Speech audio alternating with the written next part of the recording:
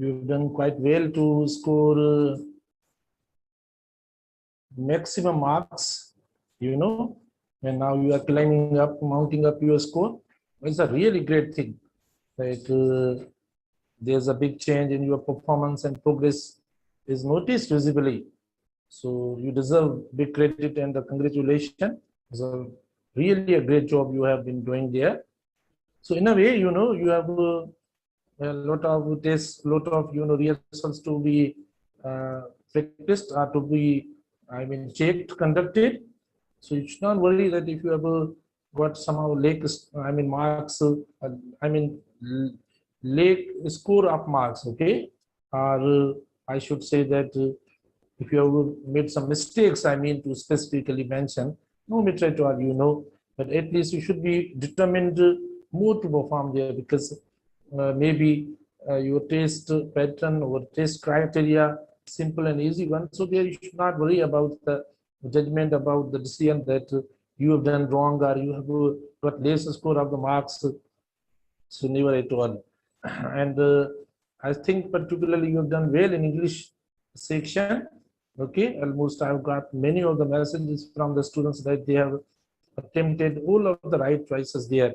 And so it's really good thing. It's your personal hard work, your determination, you stayed focused or attentive towards the lectures, towards the conditions we practice on the board. So this is actually the result of your punctually determined towards the structures, and that's really beneficial for you till the last day of your test. Okay, right? Very good. We are learning subject verb agreement. Dear students, we are learning what? Subject verb agreement. तो subject verb agreement के अंदर देखो मतलब ये कि हमें identify करना होता है। अभी इसके रूल्स कुछ रहते हैं, वो हम डिस्कस करते हैं और वो आपको मजीद बताते हैं। तो सब्जेक्ट वर्ब एग्रीमेंट के अंदर देखो हमें जिस बात का ख्याल या केयर करना होता है वो बेटा ये होता है कि हमें वर्ब्स का आना जरूरी है, क्योंकि ये जो अरेंजमेंट है, ये जो एग्रीमेंट है या ये जो सीक्वेंस और ऑर्डर है, देखो सब्जेक्ट और वर्ब के दरमियान है। यानी आपका एक बात देखें, जो ये हम मतलब टॉपिक स्टडी कर रहे हैं, इस टॉपिक के नेचर से वाकिफ होना हमारा जरूरी है। और वाकिफ होने से मुराद कि भाई सब्जेक्ट कौन सा है, एटलीस्ट हमें ये आइडेंटिफाई करना बहुत जरूरी होता है कि अगर सब्जेक्ट हमारा सिंगुलर है तो वर्ब भी हमें सिंगुलर इस्तेमाल करना होता है, अगर सब्जेक्ट प्लूरल है तो वर्ब भी प्लूरल इस्तेमाल करना होगा। एक तो ये, इसमें एम्बिग्युइटी कौन सी हो सकती है या प्रॉब्लम कौन सा हो सकता है कि हम सब्जेक्ट का प्रॉपरली जो है वो ये अंदाजा हो सकेगा या नहीं। बेटा इसमें सिर्फ एक कंफ्यूजन हो सकता है, वो ये हो सकता है कि कभी कभी सब्जेक्ट जो होता है वो इरेगुलर होता है।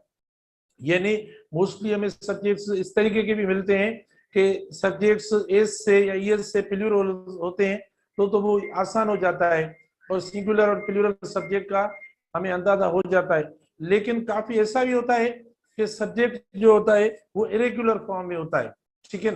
तो उन इरेगुलर सब्जेक्ट्स को हमें पिकअप करना होता है कि हम किस तरीके से उन सब्जेक्ट्स को अंडरस्टैंड कर पाए, ठीक है ना बेटा। यानी इरेगुलर जो सब्जेक्ट्स होते हैं हमारे, उनको पिकअप करना। देखो मैं आता हूँ रूल्स पे, लेकिन थोड़ी सी इन बातों को भी कवर कर लेना, ठीक है ना। तो इरेगुलर सब्जेक्ट जो एस और एस से प्लूरल नहीं होते वो भी हमें अंडरस्टैंड करने होंगे। जैसे आप देखो चाइल्ड है तो अब चिल्ड्रन हो जाता है। अब हमें पता होना चाहिए कि चाइल्ड सिंगुलर है और चिल्ड्रन प्लूरल, लेकिन कई स्टूडेंट्स चिल्ड्रेन्स जो है वो प्लूरल कर लेते हैं, एक चाइल्ड और दूसरा चिल्ड्रन और फिर उसको भी प्लूरल, ठीक है ना। वो समझते हैं कि हाँ ये बहुत हैं, घर के अंदर बैठे हुए अभी ऑनलाइन क्लास लेते हैं तो चिल्ड्रन को देख रहे हैं, तो वो समझते हैं कि घर के अंदर मोहल्ले के बहुत बच्चे, तो वो चाइल्ड भी नहीं है, चिल्ड्रन भी नहीं है और वो चिल्ड्रन से, तो इसीलिए शायद हो सकता है कि वो असर हो और इस तरीके से उसको डबल प्लूरल कर देते हैं। लेकिन वो गलत है, असर की अलग बात होती है, लेकिन चाइल्ड का प्लूरल देखो सही जो होता है वो चिल्ड्रन होता है, राइट। अच्छा इसी तरीके से आप देखो मैंने परसों भी आपको बताया कि सब्जेक्ट्स के नाम आपने समझे होंगे, आपने लिए होंगे, और वहां भी आप प्लीज उनको कंसीडर कर लें कि वो सब्जेक्ट्स देखो किस तरीके से नाम है, उनके एरियाज के नाम जो है वो मतलब किस तरीके से इस्तेमाल होते हैं, तो वो भी हमें ध्यान में रखने होते हैं। अच्छा उसके अलावा बेटा देखें, यानी जो वर्ब होता है, यानी जो हेल्पिंग वर्ब होता है, यानी आप देखो जो हेल्पिंग वर्ब हम इस्तेमाल करते हैं, ठीक है बेटा, हेल्पिंग वर्ब्स हमारे जो होते हैं, हेल्पिंग वर्ब्स जो हमारे होते हैं, तो उन हेल्पिंग वर्ब्स का हमें केयर करना पड़ेगा और उनका सही इस्तेमाल। कई स्टूडेंट्स को ये प्रॉब्लम होता है, ये तो उन्हें आइडेंटिफाई करना बिल्कुल आसान हो जाता है कि देखो इज जो है वो सिंगुलर इस्तेमाल हो रहा है, एम सिंगुलर इस्तेमाल ये नहीं हो रहा है, आई के साथ आर प्लूरल हो जाता है, वाज सिंगुलर हो जाता है, या वर जो है वो प्लूरल के साथ इस्तेमाल होता है। तो मतलब हमें ये इस्तेमाल आना समझ जाते हैं कि सिंगुलर प्लूरल होता है, लेकिन हमें ये पता नहीं है कि is am are was were, और फिर जो है वो आप देखें हेज या हेव, ठीक है ना, और ये हेड, इनका इस्तेमाल देखो प्रॉब्लम करता है इनको, यानी स्टूडेंट्स को ये प्रॉब्लम करता है कि इनका जो यूज है वो कहाँ कहाँ हम इस्तेमाल करते हैं। तो बेटा देख के हम आगे रूल्स डिस्कस करने से पहले मैं आपको ये बता दूं कि बी के वर्ब्स की मैंने अलग क्लास ली थी, अलग आपको बताया था कि ये जो बी के वर्ब्स इस्तेमाल होते हैं आप देखें, और खास तौर पर सब्जेक्ट वर्ब एग्रीमेंट के हवाले से मैं आपको ये कंडीशन बता दूं कि बी के वर्ब्स, इनको आप समझे कि ये जो वर्ब्स इस्तेमाल होते हैं, एक तो देखो प्रोग्रेसिव टेंसेस बना के लिए इस्तेमाल होते हैं, यानी प्रोग्रेसिव टेंसेस इनके बगैर देखो नहीं बनते, ठीक है बेटा, प्रोग्रेसिव टेंसेस बनाने के लिए हम ये बी के वर्ब्स इस्तेमाल करते हैं। अच्छा, इसके अलावा देखो बी के वर्ब्स जो हमारे इस्तेमाल होते हैं, यानी पैसिव के साथ हम इस्तेमाल करते हैं, यानी जो पैसिव फॉर्म होता है ना उसके अंदर ये देखो ये एरर्स हो जाती है स्टूडेंट्स के से, यानी पैसिव फॉर्म जो होता है या पैसिव वॉइस जो होता है, उस पैसिव वॉइस के लिए बेटा देखिए बी के वर्ब्स हम इस्तेमाल करते हैं, यानी is am are was were, ये बी का वर्ब हम इस्तेमाल करते हैं, बी ई होता है, और बीन जो है वो भी हम इस्तेमाल करते हैं ये। अच्छा, इसके अलावा देखो आप इसको यानी किसके साथ, वर्ब के सेकंड फॉर्म के साथ कभी नहीं इस्तेमाल करेंगे। वर्ब के सेकंड फॉर्म के साथ देखो मैंने किरास लगा दिया कि बी का वर्ब जो है ना कभी वर्ब के सेकंड फॉर्म के साथ इस्तेमाल नहीं होगा, इनकरेक्ट हो जाएगा। अब हमें फर्स्ट सेकंड थर्ड फॉर्म जब तक नहीं आएगा तब तक ना तो हम टेंसेस का क्वेश्चन कर सकते हैं और ना सब्जेक्ट वर्ब एग्रीमेंट का क्वेश्चन कर सकते हैं। टेंसेस और सब्जेक्ट वर्ब एग्रीमेंट का जो क्वेश्चन है बेटा, ये आपस में दोनों कोरिलेटेड है। जब तक हमें इन वर्ब्स का पता नहीं होगा तब तक देखो ये स्ट्रक्चर दोनों हमारी दुरुस्त नहीं हो सकती। तो देखो ये वर्ब सेकंड फॉर्म के साथ नहीं इस्तेमाल होते। अच्छा, वर्ब का जो फर्स्ट फॉर्म है देखो उसके साथ भी हम इनको इस्तेमाल नहीं करेंगे। फॉर एग्जांपल आप ये नहीं बोलेंगे देखो शी स्टडी, देखो बेटा ये आपके सामने पड़ा है, वर्ब का फर्स्ट फॉर्म पड़ा है, देखो शी स्टडी, सॉरी वर्ब का फर्स्ट फॉर्म पड़ा है, आप उसको भी देख लें, ये नहीं, अब ये फर्स्ट फॉर्म पड़ा है देखो शी इज स्टडी। अब देखो ये सही है या गलत है, सही गलत, गलत हो गया, हमने वर्ब के फर्स्ट फॉर्म के साथ देखो बी का वर्ब लगा लिया।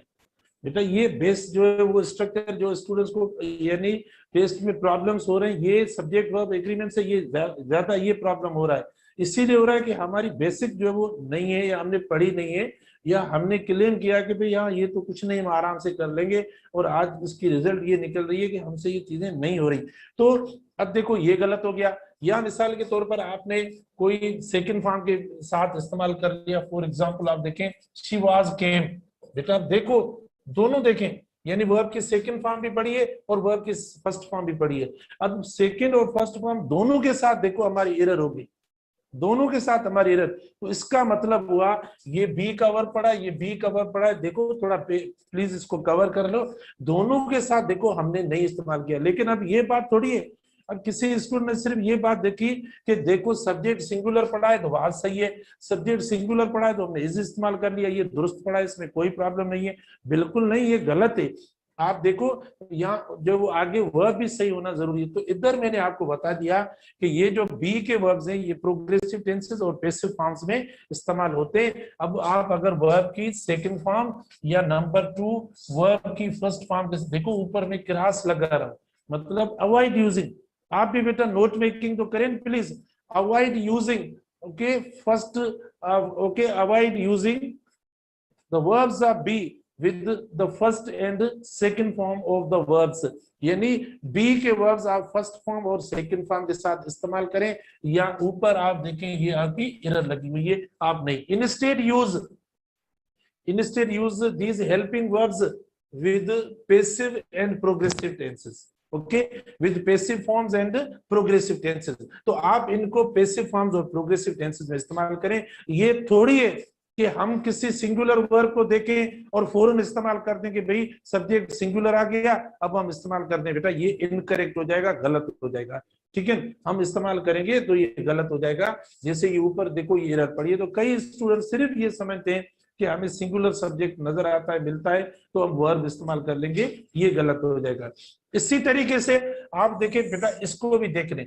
देखो ये बी के वर्ब्स नहीं है, हैज, हैव और हैव, देखो ये परफेक्ट टेंस है। इनके साथ बेटा देखो एक बात ध्यान में रख लें, यानी आप कौन सी वर्ब इस्तेमाल करेंगे, वर्ब की थर्ड फॉर्म इस्तेमाल करेंगे। हैज के साथ वर्ब की थर्ड फॉर्म, हैव के साथ वर्ब की थर्ड फॉर्म और हैड के साथ वर्ब की थर्ड फॉर्म इस्तेमाल करेंगे, ठीक है। इनके साथ आप कोई वर्ब की फॉर्म इस्तेमाल नहीं करेंगे, ये गलत हो जाएगा। अगर पैसिव अगर होता है तो भी हम पैसिव देखो इनके साथ करते हैं। अच्छा दूसरी बात देखो, कभी मतलब एक तो पॉजिटिव केस आता है, देखो पोजीशन वाला केस होता है, वो हम प्रेजेंट परफेक्ट टेंस के इन वर्ब्स के साथ हम इस्तेमाल करते हैं, जो हैव, हैज और हैड का जो है रूल देते हैं। और ये प्रोग्रेसिव टेंसेस मैंने आपको बता दिया।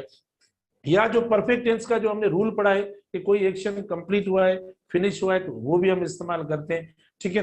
तो ये बातें थोड़ी स्ट्रक्चर जो है वो प्लीज, जो टेंसेस हमने प्रीवियसली पढ़े उनको जरूर आप देखें, तब आपको इनका यूज जो है वो बेहतर नमूने से इसका और इसका यूज बिल्कुल समझ में आएगा। अदरवाइज देखिए ये प्रॉब्लम ये होता है कि अब हमें ये बात तो समझ में आ गई कि ये सिंगुलर हुआ, ये प्लूरल हुआ, हम इस्तेमाल कर रहे हैं, सिंगुलर प्लूरल तो हो जाता है, लेकिन ये पता नहीं होता कि हम किस यानी नेचर जो सेंटेंस की उसके हिसाब से इस्तेमाल करें। तो मैंने आपको अभी ये बताया कि नेचर ऑफ सेंटेंस अगर पैसिव वाली और प्रोग्रेसिव वाली होगी तब ये इस्तेमाल होंगे, सेकंड फॉर्म के साथ इस्तेमाल नहीं होंगे, फर्स्ट फॉर्म के साथ इस्तेमाल नहीं होंगे। जैसे आप देखो एग्जांपल्स पढ़ें, ये ऊपर जो वर्ब की सेकंड फॉर्म है, ये फर्स्ट फॉर्म है, वर्ब तो सिंगुलर लग गए दोनों सिंगुलर के साथ, लेकिन सेंटेंस देखो हमारे दोनों इनकरेक्ट हो गए। और ये हम तब इस्तेमाल करेंगे जब हमारा यानी वर्ब का पोजीशन वाला सेंस है, इसके अंदर भी बेटा देखो सिंगुलर और प्लूरल दोनों दिए हुए, हम इस तरीके से इस्तेमाल करते हैं, ठीक है।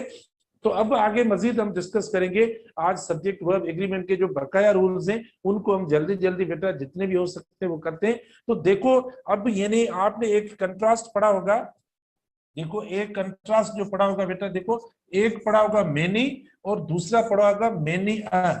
देखो दोनों का मतलब एक जैसा है, देखो दोनों का मतलब एक जैसा। ये जो वर्ड डिटर्मिनर के तौर पर इस्तेमाल होता है, नाउन के साथ हम इस्तेमाल करते हैं। बेटा देखो सब्जेक्ट वर्ब एग्रीमेंट का ये रूल है, ठीक है। सब्जेक्ट वर्ब एग्रीमेंट में ये कॉमनली एक्सप्रेशन इस्तेमाल होती है। सब्जेक्ट वर्ब एग्रीमेंट के अंदर जो है वो ये कॉमनली एक्सप्रेशन इस्तेमाल होती है, यानी मेनी और मेनी दोनों में डिफरेंस है। अब दोनों में डिफरेंस क्या है, यानी इसके साथ जो हम इस्तेमाल करते हैं, ये जो कैरी करता है आपका ये सब्जेक्ट प्लूरल कैरी करता है, इसके साथ आप जो इस्तेमाल करेंगे सब्जेक्ट जो होगा या वर्ड जो होगा वो प्लूरल आप इस्तेमाल करेंगे, ठीक है ना। वो कौन सा होगा बेटा, वो प्लूरल इस्तेमाल करेंगे। इसके साथ जो सब्जेक्ट होगा, सब्जेक्ट आपका प्लूरल होगा, कंट्रास्ट में देखें। और इसके साथ हम जो इस्तेमाल करेंगे वो सब्जेक्ट कौन सा होगा, सिंगुलर होगा। तो हम अब अपने नेचुरल रूल पे आ गए, और रूल कौन सा कि अगर सब्जेक्ट प्लूरल होगा तो वर्ब कौन सा होगा, प्लूरल हो जाएगा। अगर सब्जेक्ट सिंगुलर होगा तो क्या, यानी सिंगुलर वर्ब। तो आप देखो ना, इसको देख के आप इस्तेमाल करें, इसको देख के इस्तेमाल करें। और वैसे भी इनडेफिनेट आर्टिकल देखो ये एक और क्लू आ गया मेनी ए के साथ, यानी मेनी ए के साथ क्या, अगर इनडेफिनेट आर्टिकल दिया हुआ है इसका मतलब वन होता है। तो ये जब आप इस्तेमाल करेंगे, देखो अब एग्जांपल भी आप देख लो प्लीज, ठीक है ना। एग्जांपल में आप देखें मेनी स्टूडेंट्स, बेटा देखो इसमें आप देखो यानी क्या इस्तेमाल हो रहा है, मेनी स्टूडेंट्स इस्तेमाल हो रहा है। मेनी देखो ऊपर जो लिखा हुआ है क्या लिखा है, इसके साथ आप प्लूरल इस्तेमाल करें, तो देखो हमने प्लूरल इस्तेमाल करें, ठीक है। Many students are determined, okay are. देखो अब दोनों बातें आप समझ गए, जो ऊपर देखो ये दिए ना वो भी इधर आप समझ गए होंगे, वही एग्जांपल दिया जो इधर इस कोने में पढ़ा है मैंने, वही एग्जांपल दिया है।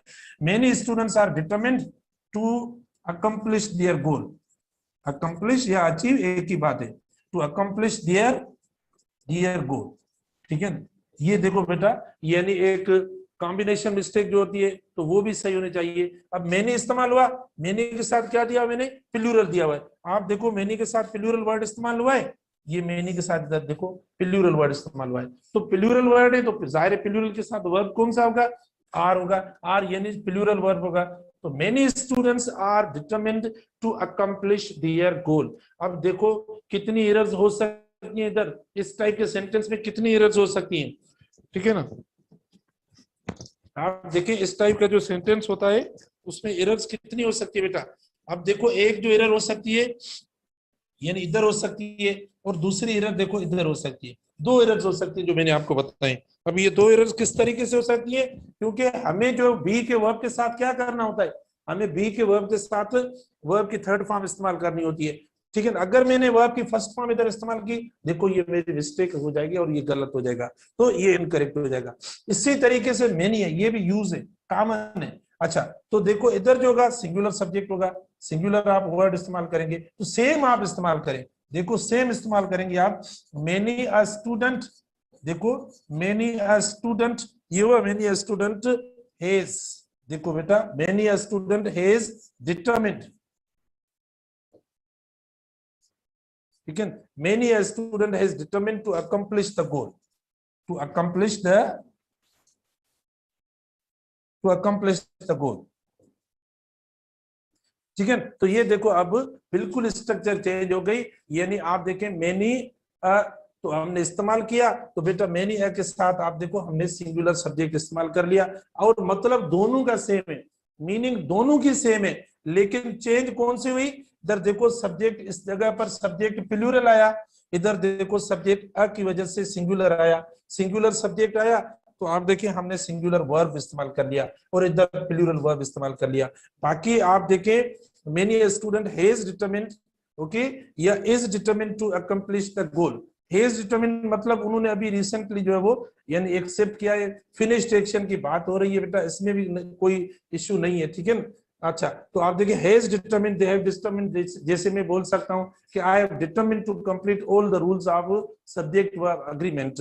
तो ये आप देखिए परफेक्ट की बात हो रही है, यानी एक्शन कंप्लीशन की बात हो रही है, और इधर देखो पैसिव की बात हो रही है, ठीक है। इधर सेंटेंस कंप्लीशन की बात है और इधर यानी पैसिव की बात हो रही है, तो हम इस तरीके से इस्तेमाल कर सकते हैं। तो मेनी और मेनी का यूज जो होता है वो हम इस तरीके से करते हैं। अच्छा उसके बाद बेटा देखो नेक्स्ट रूल है, आप प्लीज खुद जो है वो यानी इसका नंबर वगैरह आप खुद भी देना।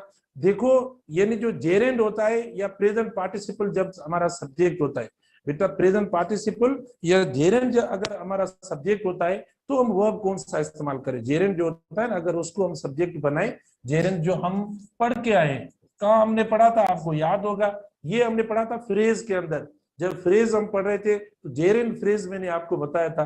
तो जब जेरेंड इस्तेमाल हो या इन्फिनिटिव हो बेटा, या जेरेंड या इन्फिनिटिव, देखो ये दोनों सब्जेक्ट हो सकते हैं, जेरेंड या इन्फिनिटिव जो हो ये दोनों सब्जेक्ट हो सकते हैं। जेरेंड इन्फिनिटिव जब भी एज अ सब्जेक्ट इस्तेमाल हो, जब at the beginning of a sentence इस्तेमाल हो, ये दोनों अल्फाज जब भी सेंटेंस की शुरुआत में इस्तेमाल हो, सब्जेक्ट के तौर पर इस्तेमाल हो, तो हमेशा इनके साथ एक ही वर्ब इस्तेमाल होता है और वो सिंगुलर वर्ब इस्तेमाल होता है, ये प्लूरल नहीं होते, ठीक है। प्लूरल होता है नाउन, प्लूरल होता है प्रोनाउन, लेकिन ये दोनों प्लूरल्स नहीं होते, तो इनके साथ जो हम वर्ब इस्तेमाल करेंगे वो सिंगुलर इस्तेमाल करेंगे, ठीक है। जेरेंड और इन्फिनिटिव के साथ आप जब भी इस्तेमाल करेंगे बेटा तो वर्ब आपका कौन सा होगा, वर्ब सिंगुलर होगा। आप इनके साथ वर्ब प्लूरल इस्तेमाल नहीं करेंगे, ये गलत हो जाएगा। जेरेंड या इन्फिनिटिव इस्तेमाल करेंगे ना तो वर्ब सिंगुलर हो जाएगा। फॉर एग्जाम्पल आप देखें, एग्जाम्पल देखें बेटा, रीडिंग, हम एग्जाम्पल देखते हैं, एग्जाम्पल आप देखें, रीडिंग आपका क्या हुआ, जेरेंड हो गया, यानी जो मतलब वर्बल नाउन जिसको बोलते हैं, जो वर्ब होता है ना उस वर्ब के साथ आप आईएनजी फॉर्म ऐड करेंगे, ठीक है, तो वो आपका देखो जेरेंड हो जाएगा बेटा। जो भी वर्ब है, जैसे आप देखें राइट वर्ब है तो आपने इंग फॉर्म लगाया राइटिंग, ये आपका जेरेंड हो जाएगा, ठीक है। रीड आपका वर्ब है, इंग लगाया, वाक आपका देखे वर्ब है, इंग इस्तेमाल किया, देखो ये जेरेंड हो जाए। वाश आपका देखें वर्ब है, इंग फॉर्म लगाया, देखो जेरेंड हो गया, तो ये जेरेंड फॉर्म होते हैं। इन्फिनिटिव किसको कहते हैं, कुछ स्टूडेंट को समझ में नहीं आ रहा होगा कि ये इन्फिनिटिव पता नहीं कहां से आ गया बेटा, वर्ब के साथ टू इस्तेमाल करेंगे ना, वर्ब के साथ टू जो इस्तेमाल होगा यानी टू प्लस वर्ब की फर्स्ट फॉर्म होगी, ये इन्फिनिटिव होता है, इसको हम इन्फिनिटिव फॉर्म कहते हैं, ठीक है। टू प्लस वर्ब की फर्स्ट फॉर्म, और फर्स्ट फॉर्म देखो इधर लिखा हुआ है, इसमें इसमें भी मिस्टेक्स आती हैं, टू के साथ वर्ब की सेकंड फॉर्म देता है, जो कि गलत हो जाएगा। तो आप देखें, reading is a good habit, हम मोस्टली कोट करते हैं, reading is a good habit. ठीक है, हुआ बेटा?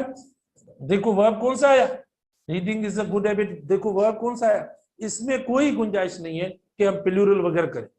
ठीक है, तो इधर हम इस्तेमाल करेंगे क्या, यानी सिंगुलर सब्जेक्ट इस्तेमाल, सॉरी वर्ब इस्तेमाल करेंगे, राइट।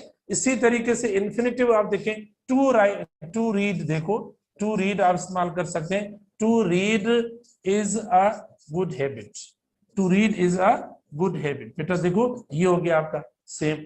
अब देखो दोनों को, इसको भी देखो और इसको भी देखो, हमने दोनों के साथ कौन सा वर्ब, एक ही वर्ब इस्तेमाल कर लिया, यहां भी सिंगुलर वर्ब आपने इस्तेमाल किया और यहां भी सिंगुलर वर्ब इस्तेमाल किया, दोनों के साथ देखो आपका सिंगुलर वर्ब इस्तेमाल हो गया।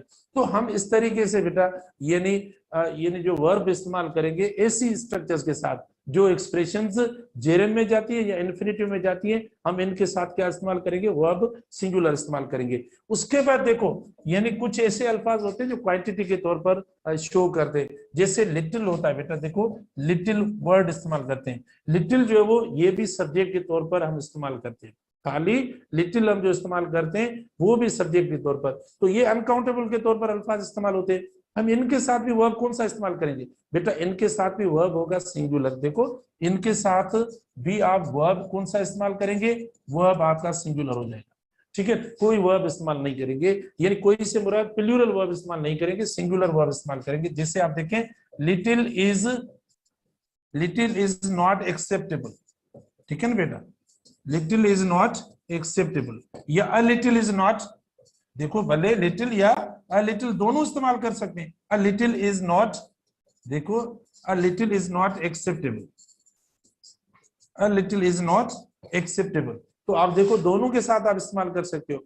तो बेटा लिटिल हो, सफिशिएंट हो, ठीक है, या इनफ हो, तो ये जो अल्फाज हैं ये एज अ वन वर्ड इस्तेमाल होते हैं, ये क्वांटिटी को शो करने वाले वर्ड्स होते हैं, और इनके साथ भी जो हम वर्ब इस्तेमाल करते हैं, वर्ब जो शो करते हैं वो हम सिंगुलर वर्ब इस्तेमाल करेंगे, प्लूरल वर्ब इनके साथ इस्तेमाल नहीं करेंगे।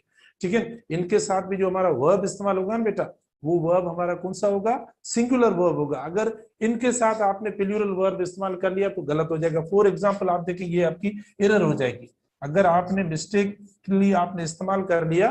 फॉर एग्जांपल मतलब इस तरीके से भी दे सकते हैं, लिटिल्स, ओके, लिटिल्स आर कर सकते हैं, लिटिल्स आर नॉट एप्रिशिएटेड, अब देखो are not appreciated by the people. तो बेटा देखिए इधर ये बिल्कुल एक ऑकवर्ड मिस्टेक है, ठीक है, बहुत ऑकवर्ड एरर जो है वो इधर इन्होंने की है, जो कि गलत है। तो कौन सी एरर है इसमें, देखो इसके अंदर कौन सी एरर बेटा, इधर देखो ये जो है वो हमारी यानी ये एरर हो रही है, लिटिल्स आर, बेटा ये देखो एरर होगी। देखो ना तो ये ऐसा फॉर्म बनता है और ना हम ऐसा वर्ब इस्तेमाल करेंगे, ना ये वर्ड ऐसा बनता है और ना हम ऐसा कोई फॉर्म इस्तेमाल करेंगे, जो कि हमारा गलत हो जाएगा। तो ऐसे अल्फाज अकेले अकेले वर्ड्स जो भी आते हैं, जो कि क्वांटिटी को शो करने वाले वर्ड्स होते हैं बेटा, इनके साथ भी जो हमारा वर्ब सेट होगा वो सिंगुलर होगा, प्लूरल नहीं होगा, ना ये एक्सप्रेशंस प्लूरल होंगी। ठीक है, तो देखो मैं आपको सिंगुलर ये जो स्ट्रक्चर्स हम बता रहे हैं आपको, या मैं जो रूल्स बता रहा हूं ये सिंगुलर वाले, इनके साथ आप सिंगुलर वर्ब इस्तेमाल करेंगे, ठीक है, प्लूरल वाले ये है नहीं। तो इधर देखो आपकी ये मिस्टेक होगी, आप इनके साथ इस्तेमाल नहीं करेंगे। क्या, plural verb, avoid using plural verb, if you use a plural verb here please it will be your error, it will be your mistake. ठीक है, तो ये सेंटेंस भी गलत हुआ। आप देखो इसके ऊपर में डबल यानी एरर जो है वो लगा देता हूँ, क्रॉस लगा देता हूँ, ताकि ये सेंटेंस ही नहीं होगा कि हम ऐसा सेंटेंस कोई करे जिसमें हमारी एरर हो जाए। तो सिंगुलर वर्ब बेटा इनके साथ एक्सप्रेशंस जो मैंने आपको बताई है इनके साथ सिंगुलर इस्तेमाल करेंगे। हाँ, अगर कोई आ जाता है, फॉर एग्जांपल आप देखें सेवरल वर्ड इनके अपोजिट आ जाता है, मेनी इनके साथ आ जाता है, ऑल का आ जाता है एग्जांपल, फॉर एग्जांपल देखें ऑल, ऐसे हम ऑल इस्तेमाल कर लेते हैं। लेकिन ऑल के साथ अगर खाली ऑल इस्तेमाल होता है, इसके साथ बेटा नाउन नहीं होता, ठीक है, तो आप इसके साथ सिंगुलर वर्ब इस्तेमाल कर सकते हैं, जैसे ऑल इज वेल, बेटा देखो ऑल इज वेल, ये देखो हमने as a one word as a quantity इस्तेमाल कर लिया, ऑल इज वेल, देखो इस तरीके से इस्तेमाल कर लिया, ऑल इज वेल। लेकिन देखो ऑल के साथ इस तरीके से, अब डिफरेंट यूजेज देखो, all study, all hard work, all struggle, promise, commitment, कोई ऐसा अनकाउंटेबल वाला वर्ड इस्तेमाल करेंगे तो आप सिंगुलर वर्ब इस्तेमाल करेंगे। देखो ऑल स्टडी इज, कई स्टूडेंट्स ने ये कल भी क्वेश्चन कर रहे थे कि सर देखो ऑल लग रहा है इसीलिए हमारा जो वर्ब प्लूरल हो जाएगा। बेटा देखो उसके साथ वर्ड हम कौन सा सेट करें, जैसा वर्ड होगा वैसा वर्ब इस्तेमाल करेंगे। अब इधर ये जो वो एज अ क्वांटिटी अनकाउंटेबल के तौर पर वर्ड सेट हुआ है तो आप देखें हमने सिंगुलर वर्ब इस्तेमाल कर लिया। और इधर देखो ये भी अनकाउंटेबल वर्ड, स्टडी जो है अनकाउंटेबल है, नॉलेज इस्तेमाल हो, लर्निंग इस्तेमाल हो तो हम वर्ब सिंगुलर इस्तेमाल करेंगे। ठीक है, ऑल स्टडी इज डन। ठीक है बेटा ये हो गया। लेकिन देखो एन अदर एक्सप्रेशन देखो ऑल, ठीक है ना, हम इस्तेमाल कर रहे हैं all the students, all the students. अब देखो चेंज आ गई, तो ये जिन जिन के साथ इस्तेमाल होगा आप उन एक्सप्रेशंस के साथ चेंज करेंगे। जैसे आप देखो ऑल द स्टूडेंट्स आर, ठीक है, okay, all the students are learning. देखो बेटा ये हो गया। अब हमने आर इस्तेमाल कर लिया, अब कौन सा वर्ब इस्तेमाल कर लिया, आर इस्तेमाल कर लिया, और इधर कौन सा इस्तेमाल कर लिया, इज इस्तेमाल कर लिया। तो ये ऑल जो होता है ये भी इसी तरीके से, अगर किसी, क्योंकि अकेले देखो बेटा इस्तेमाल हो रहे हैं तब ये इस्तेमाल इस तरीके से होते। अगर ये मतलब किसी दूसरे प्लूरल नाउन के साथ, अगर आपका नाउन चेंज होता है, प्लूरल हो जाता है, तो आप नाउन के मुताबिक वर्ब को सेट करेंगे, ना कि इन अल्फाजों के मुताबिक वर्ब सेट करेंगे। मैं इन अल्फाजों की बात कर रहा हूं, जैसे लिटिल ड्रॉप्स ऑफ वाटर। ठीक है, अब देखो लिटिल ड्रॉप्स ऑफ वाटर, तो अब कौन सा वर्ब इस्तेमाल करेंगे, सारे प्लूरल वर्ब होगा, सिंगुलर वर्ब तो नहीं होगा ना बेटा। तो आप देखें ये जब एज ए डिटर्मिनर हो जाते हैं, आपको पता होना चाहिए डिटर्मिनर क्या होता है। ठीक है बेटा, डिटर्मिनर के तौर पर अगर ये इस्तेमाल होते हैं, ठीक है, तो आप देखें ये चेंज हो जाते हैं। डिटर्मिनर के तौर पर अगर ये अल्फाज इस्तेमाल हो तो बेटा देखो एक्सप्रेशन चेंज हो जाती है, यानी डिटर्मिनर। फिर आप देखें डिटर्मिनर जैसा होता है ना वैसे ये वर्ड्स हो जाते हैं। ठीक है, डिटर्मिनर प्लस जैसे नाउन हम इस्तेमाल करते हैं, डिटर्मिनर वो होता है जो नाउन से पहले इस्तेमाल करते हैं। और ये नहीं होता कि डिटर्मिनर सिर्फ सिंगुलर होता है, डिटर्मिनर बेटा प्लूरल भी होता है और सिंगुलर दोनों होते हैं, जो नाउन से पहले इस्तेमाल होता है। इस बात को जरूर ध्यान में रखें। इस बेटा ये एग्रीमेंट मिस्टेक हो सकती है, ये कॉम्बिनेशन मिस्टेक हो सकती है, ये बात ध्यान में रखनी चाहिए। मैंने अभी आपको टेस्ट में क्वेश्चन दिया है, आज शाम में एक्सप्लेन भी करूंगा। ठीक है, जैसे मिसाल के तौर पर मैंने एक क्वेश्चन दिया, देखो ईच ऑफ द, पता नहीं ऐसा कोई दिया था, ईच ऑफ द स्टूडेंट्स। ठीक है, ईच ऑफ द स्टूडेंट्स, देखो ये अब आगे आ गया आपका मतलब ईच ऑफ के साथ या ईच स्टूडेंट के साथ आ गया, तो हम कौन सा वर्ब इस्तेमाल करें। ठीक है, हेज इस्तेमाल करें या हेव इस्तेमाल करें, क्या करें, तो हमें जाहिर है डिटर्मिनर को देखना होगा। और सेम आप देखें इधर ऑल अगर आ जाता है इसके साथ, ऑल ऑफ द स्टूडेंट्स, तो आप कौन सा वर्ब इस्तेमाल करेंगे, आप हेव इस्तेमाल करेंगे और इसके साथ हेज इस्तेमाल करेंगे। तो ये बातें हमें ध्यान में रखनी पड़ेगी। तो बेटा सब्जेक्ट वर्ब अग्रीमेंट का मतलब ये नहीं होता सिर्फ कि हम जो वर्ब देखेंगे सिंगुलर प्लूरल वर्ब देखकर, लेकिन हमें जो है वो ये भी देखना है कि नेचर ऑफ सेंटेंस क्या कहती है, उसके मुताबिक जो वर्ब सेट करना पड़ेगा। इंशाल्लाह आज शाम क्लास में डिस्कस करेंगे आपकी टेस्ट, और फिर जो वो बाकी रूल्स कल भी डिस्कस करेंगे। Thank you.